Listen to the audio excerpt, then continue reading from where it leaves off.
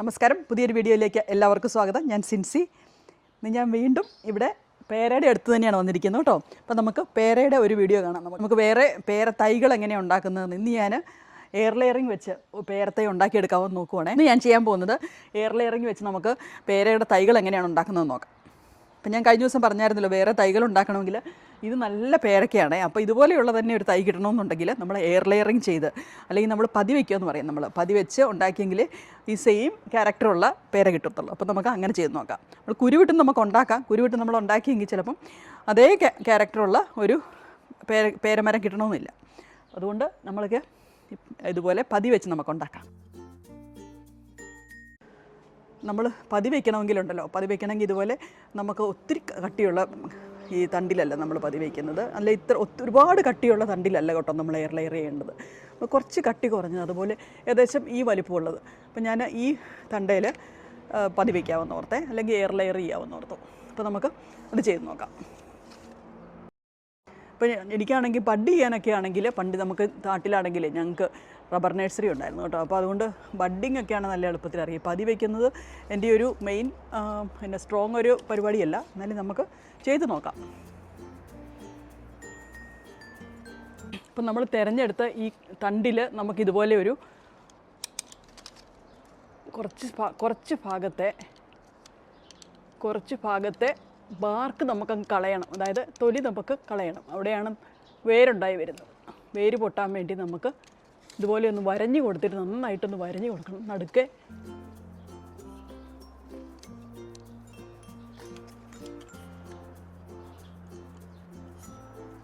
ഇനി നമുക്ക് ഇവിടുത്തെ ബാർക്ക് നമുക്കങ്ങ് ചെത്തിക്കളയണം ഇതുപോലെ.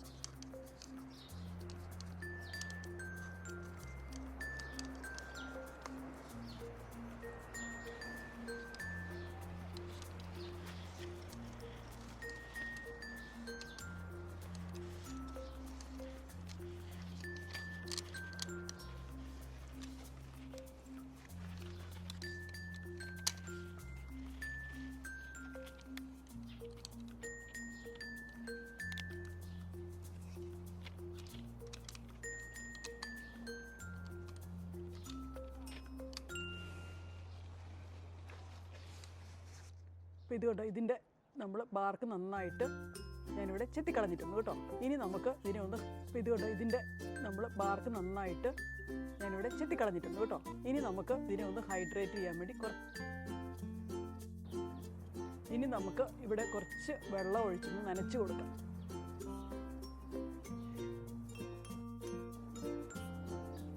അപ്പോൾ ഇവിടെ ഞാൻ കുറച്ച് വെള്ളം ഒഴിച്ചൊന്ന് നനച്ച് കൊടുക്കുവാണേ. ഹൈഡ്രേറ്റ് ആയിട്ടിരിക്കാൻ വേണ്ടിയാണ്. അതായത് ഇച്ചിരി ജലാംശമൊക്കെ വേണമല്ലോ, അതിന് വേണ്ടിയാണ് ഇവിടെ വെള്ളം ഒഴിച്ച് കൊടുത്തത്. ഇനി അടുത്തതായിട്ട് ഞാൻ ചെയ്യാൻ പോകുന്നത് ഇത് റൂട്ടിംഗ് ഹോർമോണാണ്. ഇതിന് ലേബലൊക്കെ പോയി കുറേ നാളായതുകൊണ്ട്, ഒരുപാട് നാളായതാണ്. അതുകൊണ്ട് അതിൻ്റെ ലേബലൊക്കെ പോയത്, നമ്മുടെ ഗാർഡൻ ഷെഡിൽ ഇരുന്നതുകൊണ്ടേ അതിൻ്റെ ലേബല് പോയത്. നമുക്ക് ഇതുപോലെ ഈ റൂട്ടിംഗ് ഹോർമോൺ ഇത് ഒരു പേപ്പറിലോ എന്തെങ്കിലും വെച്ചിട്ട് ഇതുപോലെ ഒന്ന് ചെയ്ത് കൊടുക്കാം. റൂട്ട് ഉണ്ടാകാൻ വേണ്ടി സഹായിക്കുന്നതാണ് കേട്ടോ ഈ റൂട്ടിംഗ് ഹോർമോണെ, റൂട്ട് കൂടുതലായി വരാൻ വേണ്ടി. അപ്പോൾ അങ്ങനെ അങ്ങ് ചെയ്തു. ഇനി നിങ്ങൾക്ക് റൂട്ടിംഗ് ഹോർമോൺ ഇല്ലെങ്കിൽ നമുക്ക് ഹണി തേക്കുവോ, അല്ലെങ്കിൽ ചിലർ പൊട്ടറ്റോ വെച്ചിട്ട് ഞാൻ കണ്ടിട്ടുണ്ട്. അപ്പോൾ ഞാൻ അങ്ങനെയൊന്നും ചെയ്യുന്നില്ല. എൻ്റെ ഈ റൂട്ടിംഗ് ഹോർമോൺ ഉണ്ടായിരുന്നതുകൊണ്ട് ഞാനിപ്പോൾ റൂട്ടിംഗ് ഹോർമോണാണ് തേച്ചത്. ഇനി നമുക്ക് അടുത്ത പരിപാടി ചെയ്യാം. നമുക്ക് അടുത്തായിട്ട് വേണ്ട കൊക്കോപ്പീറ്റാണ്. ഇത് കൊക്കോപ്പീറ്റ് ഞാൻ കുറച്ച് എടുത്തിട്ടുണ്ട്. കൊക്കോപ്പീറ്റ് എടുത്ത് ഒരു പ്ലാസ്റ്റിക്കിൻ്റെ അകത്ത് ഇട്ട് നമുക്ക് അതിലേക്ക് കെട്ടിവെക്കാം. അതാണ് ഇനി അടുത്തതായിട്ട് ചെയ്യാൻ പോകുന്നത്. ഇനി കൊക്കോപ്പീറ്റ് ഇല്ലെങ്കിൽ നിങ്ങൾക്ക് പോട്ടിംഗ് സോയിൽ ആണെങ്കിലും ഉപയോഗിക്കാം, സാധാരണ പോട്ടിംഗ് സോയിൽ. അല്ലെങ്കിൽ നമുക്ക് വാങ്ങിക്കുന്ന മോസ് ഉണ്ടല്ലോ, മോസ് ആണെങ്കിലും വെറ്റ് ചെയ്തിട്ട് ഉപയോഗിക്കാവുന്നതാണ്. അപ്പോൾ ഞാനിവിടെ ഉപയോഗിച്ചിരിക്കുന്നത് ഈ കൊക്കോപ്പീറ്റാണ് കേട്ടോ. ഇതാണ് എനിക്ക് ഈസിലി അവൈലബിൾ ആയിട്ടുള്ളൊരു കാര്യം എന്ന് പറഞ്ഞെങ്കിൽ കൊക്കോപ്പീറ്റായിരുന്നു. ഈ കൊക്കോപ്പീറ്റ് ആണെങ്കിലും കുറച്ച് വെള്ളം ഒഴിച്ച് നമുക്കൊന്ന് നനച്ച് കൊടുക്കാം. എന്നിട്ട് നമുക്ക് എടുത്ത് വെക്കുകയാണെങ്കിൽ കുറച്ചുകൂടെ എളുപ്പമുണ്ട്. എന്നിട്ട് ഒരു കട്ട പിടിക്കുന്ന പോലെ ഒരു ബോൾ പോലെ ആക്കിയിട്ട് അങ്ങ് പിടിപ്പിക്കുകയാണെങ്കിൽ നമ്മുടെ അവിടെ അങ്ങനെ അങ്ങ് പിടിപ്പിച്ച് വയ്ക്കാൻ വേണ്ടി എളുപ്പമുണ്ട്. അപ്പം നമുക്കൊരു നമ്മൾ കൊക്കടാമയൊക്കെ ഉണ്ടാക്കത്തില്ലേ, അതുപോലെ ഒരു ചെറിയൊരു ബോളാക്കി ഉണ്ടാക്കിയെടുക്കാം. എന്നിട്ട് നമുക്ക് അതിലേക്ക് കെട്ടിവയ്ക്കാം.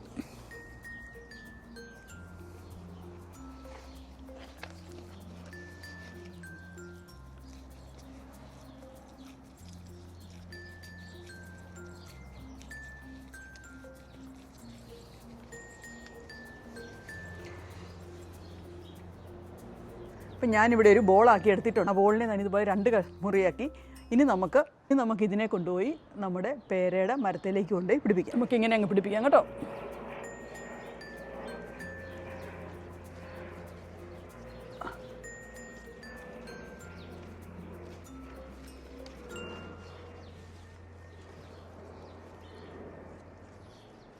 കൊക്കോപ്പീറ്റ് ഇതിൽ പിടിപ്പിച്ചു.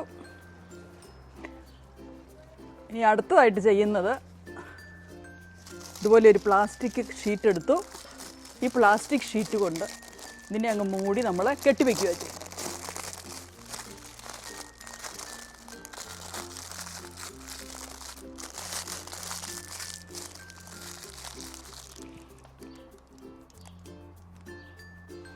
ഇതുപോലെ ഒരു വള്ളി എടുക്കുന്നു.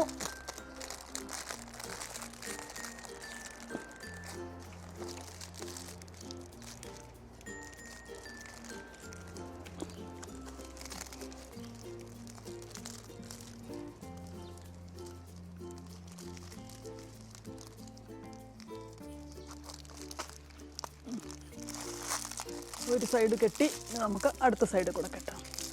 നിങ്ങളുടെ ഈ കേബിൾ ടൈ ഉണ്ടെങ്കിൽ വളരെ എളുപ്പമാണ് കേട്ടോ കെട്ടി വയ്ക്കാൻ വേണ്ടി. കേബിൾ ടൈ ഉണ്ട്. അപ്പോൾ എൻ്റെ കയ്യിൽ കേബിൾ ടൈ ഇല്ലാത്തത് കൊണ്ടാണ് ഞാനിതെടുത്ത് വെച്ചത്. ഇനി നമുക്ക്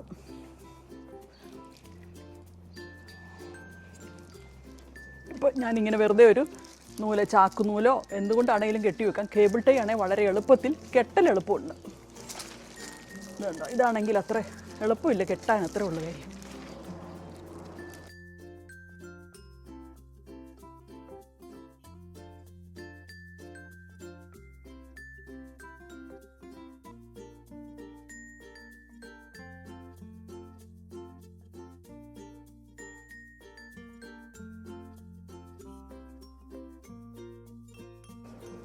പേരയെന്നൊക്കെ പറഞ്ഞാലേ നമുക്ക് ഇതൊരു 4 ആഴ്ച എടുക്കും.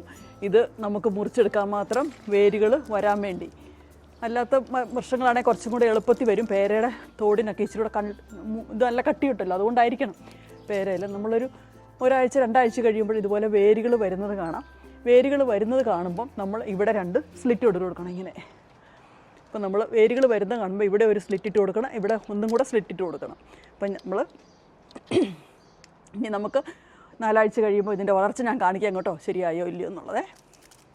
അപ്പോൾ ഇതാണ് നമ്മുടെ പേരയിൽ പതി വെച്ച് അല്ലെങ്കിൽ എയർ ലെയർ ചെയ്ത് നമ്മൾ വേറെ പേരകൾ ഉണ്ടാക്കുന്നത്. അപ്പോൾ ഒത്തിരി പേര്, ഞാൻ ഈ പേരയ്ക്ക പല സ്ഥലത്ത് കൊണ്ടുപോയി കൊടുത്തപ്പോഴേ പലരും എന്നോട് പേര എവിടെ നിന്നാണ് വാങ്ങിച്ചത് അങ്ങനെയൊക്കെ ചോദിച്ചു. ഞാൻ ഈ പേര വാങ്ങിച്ചത് ന്യൂസിലൻഡിൽ ഇവിടെ ബണ്ണിങ്സ് വെയർ ഹൗസ് എന്ന് പറയുന്ന ഒരു ഗാർഡൻ സെൻ്റർ ഉണ്ട്, അല്ലെങ്കിൽ ഒരു ഹാർഡ്വെയർ ഷോപ്പുണ്ട്. അവിടെ നിന്നാണ് ഞാനിത് വാങ്ങിച്ചത്.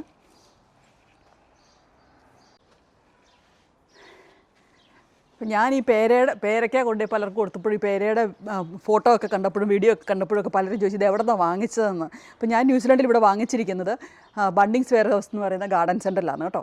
അപ്പോൾ അതുപോലെ നമ്മൾ പലയിടത്തും ഞാൻ കണ്ടിട്ടുണ്ട്, ഇങ്ങനെ മൈറ്റട്ടണിലൊക്കെ ആണെങ്കിലും ഉണ്ട്. മൈറ്റട്ടൺ എന്ന് പറയുന്ന ഗാർഡൻ സെൻ്റർ അല്ലെങ്കിൽ ഹാർഡ്വെയർ ഷോപ്പിലൊക്കെ ഞാൻ കണ്ടിട്ടുണ്ട്.